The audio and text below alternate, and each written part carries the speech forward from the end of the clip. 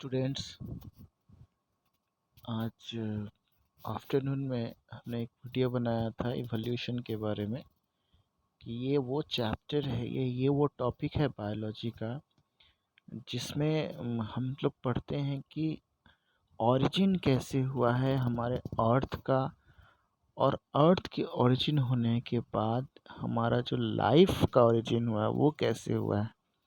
क्योंकि ये हमको सबसे पहले थोड़ा सा समझ लेना होगा, थोड़ा जान लेना होगा, क्योंकि बायोलॉजी में हम लोग जो पढ़ेंगे step by step, chapter by chapter, उसका स्टार्टिंग यहीं से होगा।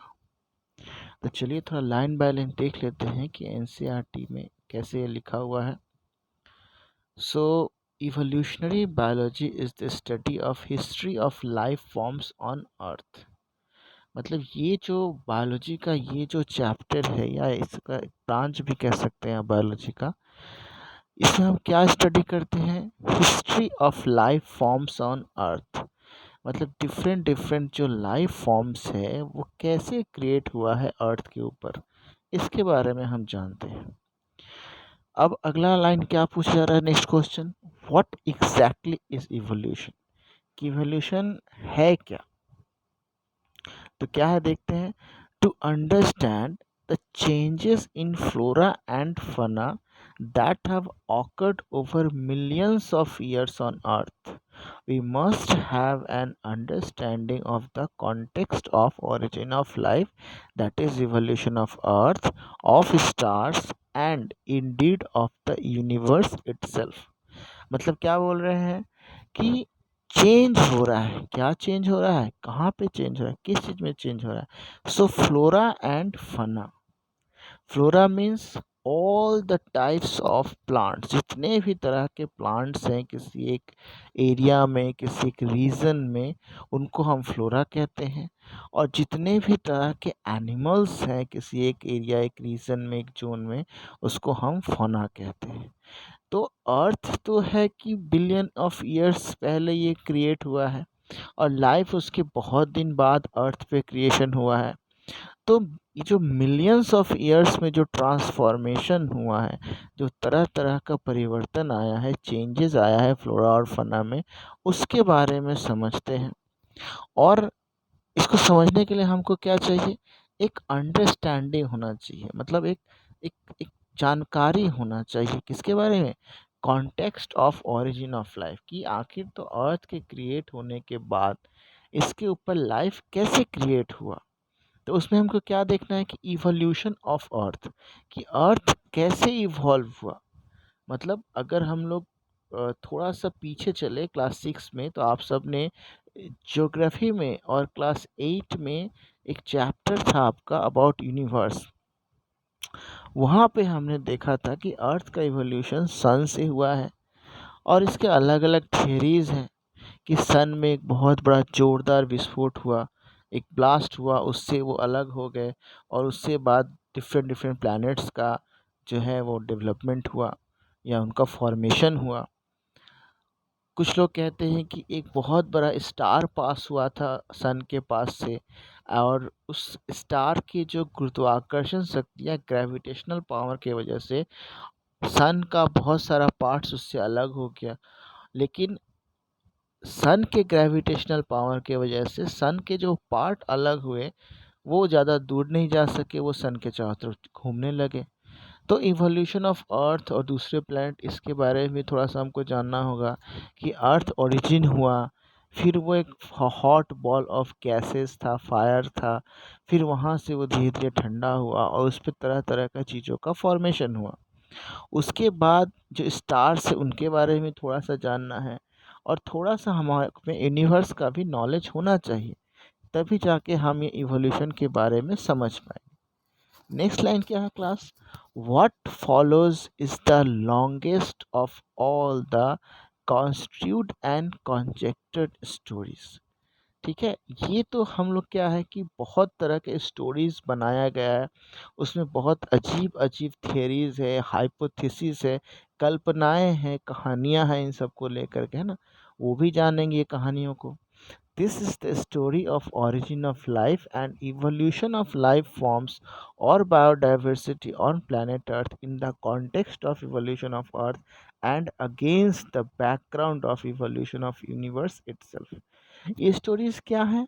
तो ओरिजिन ऑफ लाइफ, कि लाइफ कैसे ओरिजिन हुआ इसके बारे में, and evolution of life forms, कि लाइफ ओरिजिनेट होने से सिर्फ बात नहीं है, कि लाइफ ओरिजिनेट होने के बाद उसके अलग अलग फॉर्म्स हो गए।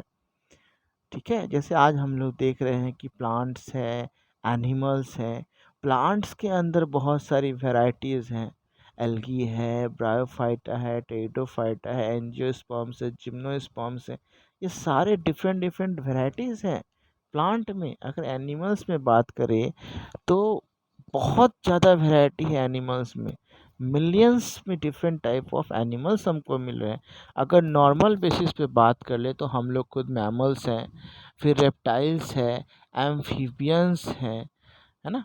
जो बोलते हैं एव्स है, मतलब जो बर्ड्स हैं वो लोग हैं। कुछ आर्बोरियल एनिमल है, कुछ एरियल एनिमल्स हैं। इस तरह के बहुत तरह का जो है different different type of animals मिलते हैं, लाइफ फॉर्म्स मिलते हैं, जिसको हम लोग बायोडाइवर्सिटी भी कहते हैं। कहाँ पे हैं ये सारे के सारे? हमारे इसी प्लानट पे हैं। मदर अर्थ जिसको हम लोग कहते हैं वहीं पे है।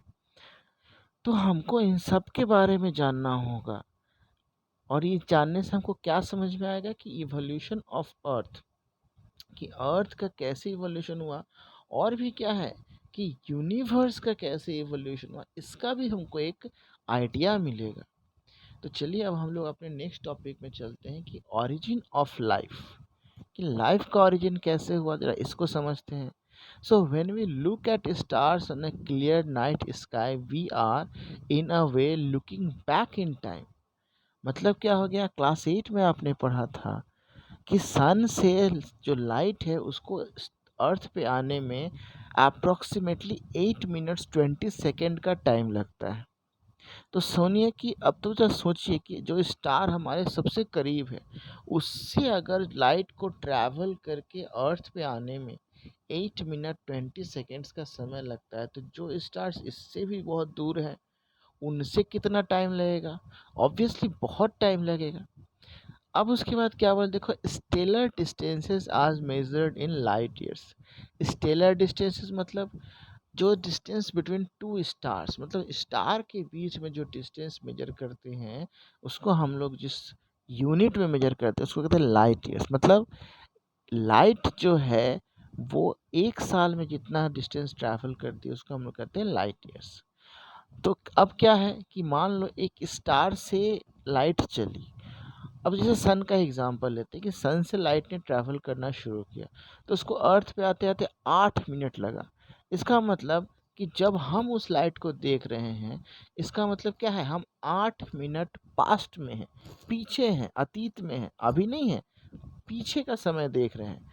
सो what we see today is an object whose emitted light starts its journey millions of years back and from trillions of kilometers away and reaching our eyes now।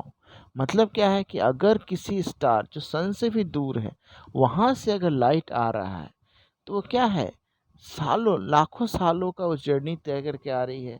और क्या है, मतलब अरबों किलोमीटर से आ रही है ना, और वो आके यहाँ पहुँचे तब हम उसको देख रहे हैं। मतलब क्या है कि हम लोग पास्ट में देख रहे हैं। However when we see objects in our immediate surrounding we see them instantly and hence in the present time। तो ये तो हो गया कि स्टार से है या सन से जब लाइट आ रहा है तो हम पास्ट में, लेकिन जब तुरंत अपने आसपास की चीज़ों को देखते हैं तो वो क्या है, वो प्रेजेंट टाइम में है। तो इसका मतलब क्या है कि when we see stars we apparently are peeping into the past. मतलब जब हम स्टार्स को देख रहे हैं आकाश में, इसका मतलब क्या है कि हम अपने अतीत में देख रहे हैं। सन को अगर देख रहे हैं तो इसका मतलब क्या है कि सन का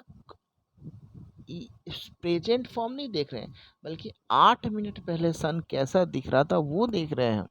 क्योंकि जो लाइट आ रही है वो 8 मिनट का टाइम ले रही है सन से यहाँ तक आने के लिए।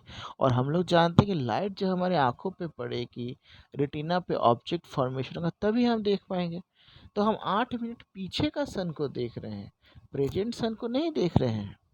ओके क्लास, चलिए नेक्स्ट क्या है students, the origin of life is considered a unique event in the history of universe. ये जो ओरिजिन ऑफ लाइफ हुआ हमारे प्लेनेट पे, ये एक बहुत ही अद्भुत, अनोखी और अपने तरफ का, अपने जैसा एक एक घटना था। मतलब ऐसा दूसरा घटना नहीं घट रहा, ये सबसे अलग था, है ना।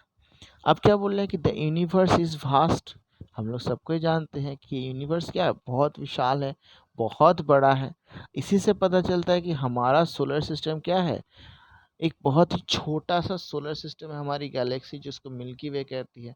और हमारा मिल्की वे गैलेक्सी क्या है, एक बहुत छोटा सा पार्ट है इस यूनिवर्स के, इस क्लस्टर का। ऐसे हजारों करोड़ों क्लस्टर्स प्रेजेंट है यूनिवर्स में, है कि नहीं। तो ये बहुत ही छोटा सा चीज़ हम देख रहे हैं अपने यूनिवर्स में।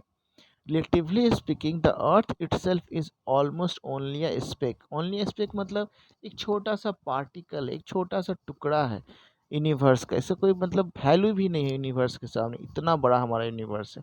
The universe is very old, almost 20 billion years old. अब आप समझ सकते हैं कि यूनिवर्स क्या है, 20 बिलियन ईयर्स ओल्ड है। सोचिए कितना पुराना है यूनिवर्स।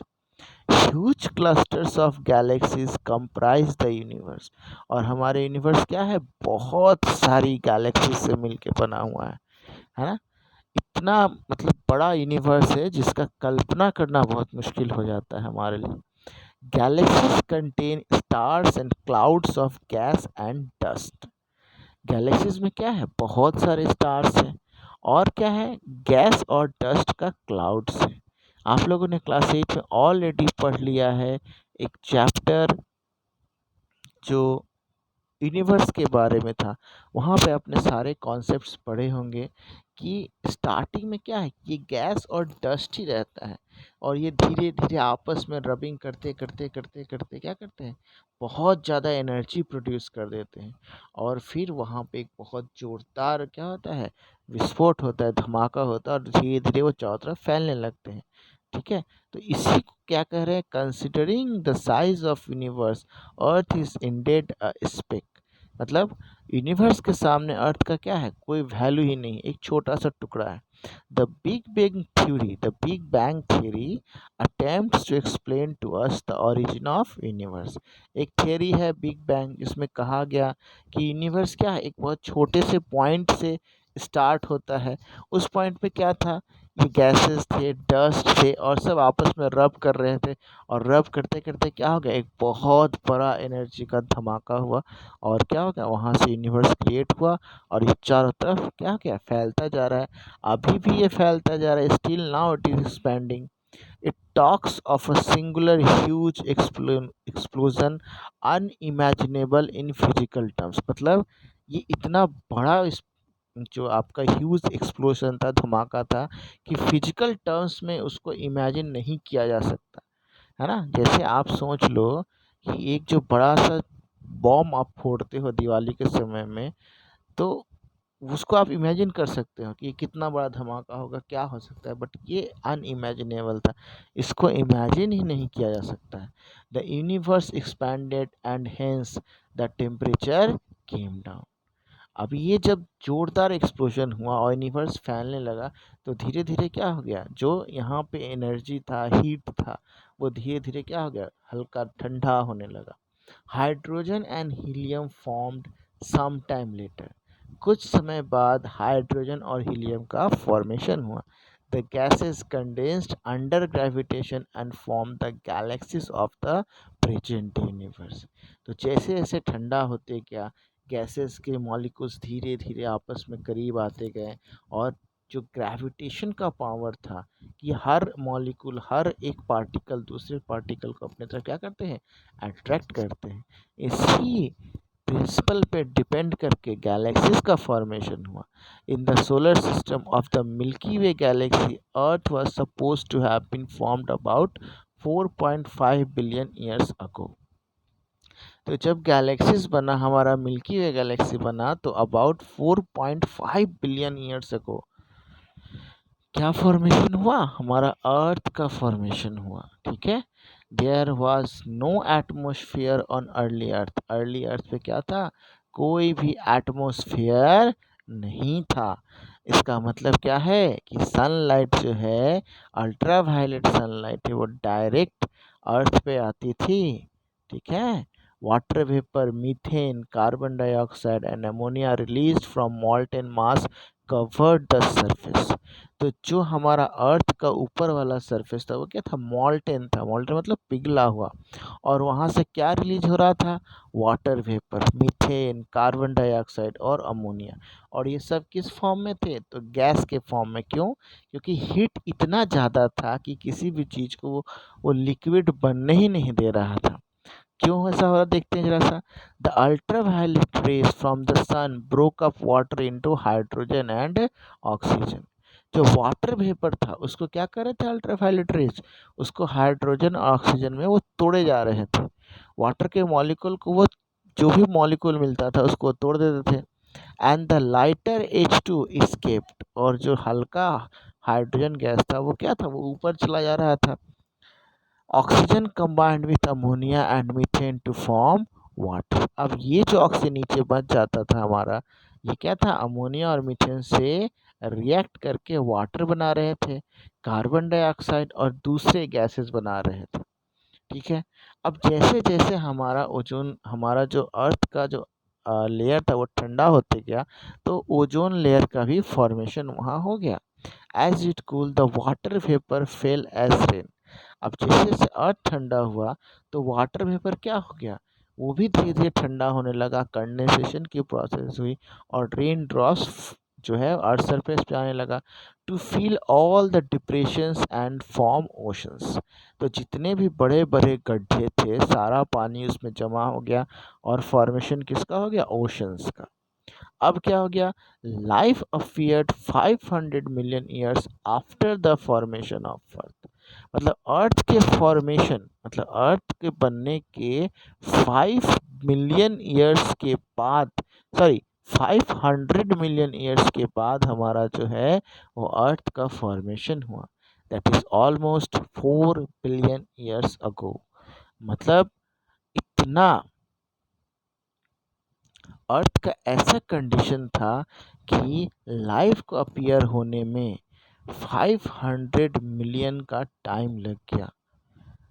तो सोचिए कितना कॉम्प्लेक्स प्रोसेस रहा होगा formation of life on the earth. अब इसी के बारे में अलग अलग तरह के थियरीज दिए जाते हैं कि लाइफ कैसे फॉर्म हुआ होगा, क्या क्या घटना घटी होगी, कैसे कैसे रिएक्शन हुआ होगा। तो इन सब के बारे में हम लोग आगे जानेंगे नेक्स्ट वीडियो में। यहाँ तक आप बस ये समझिए कि ओरिजिन ऑफ लाइफ और अर्थ का फॉर्मेशन कैसे हुआ। इसके बाद हम लोग देखेंगे कि वेरियस थियरीज और केमिकल इवोल्यूशन कैसे हम लोग इसको देखते हैं कि किस तरह से फर्स्ट मॉलिक्यूल्स जो है लाइफ के वो क्रिएट होंगे। वो हम लोग कल देखेंगे नेक्स्ट वीडियो में। Okay students, so I hope, उम्मीद है कि आपको ये वीडियो समझ में आएगा। मिलते हैं नेक्स्ट वीडियो में। Thank you.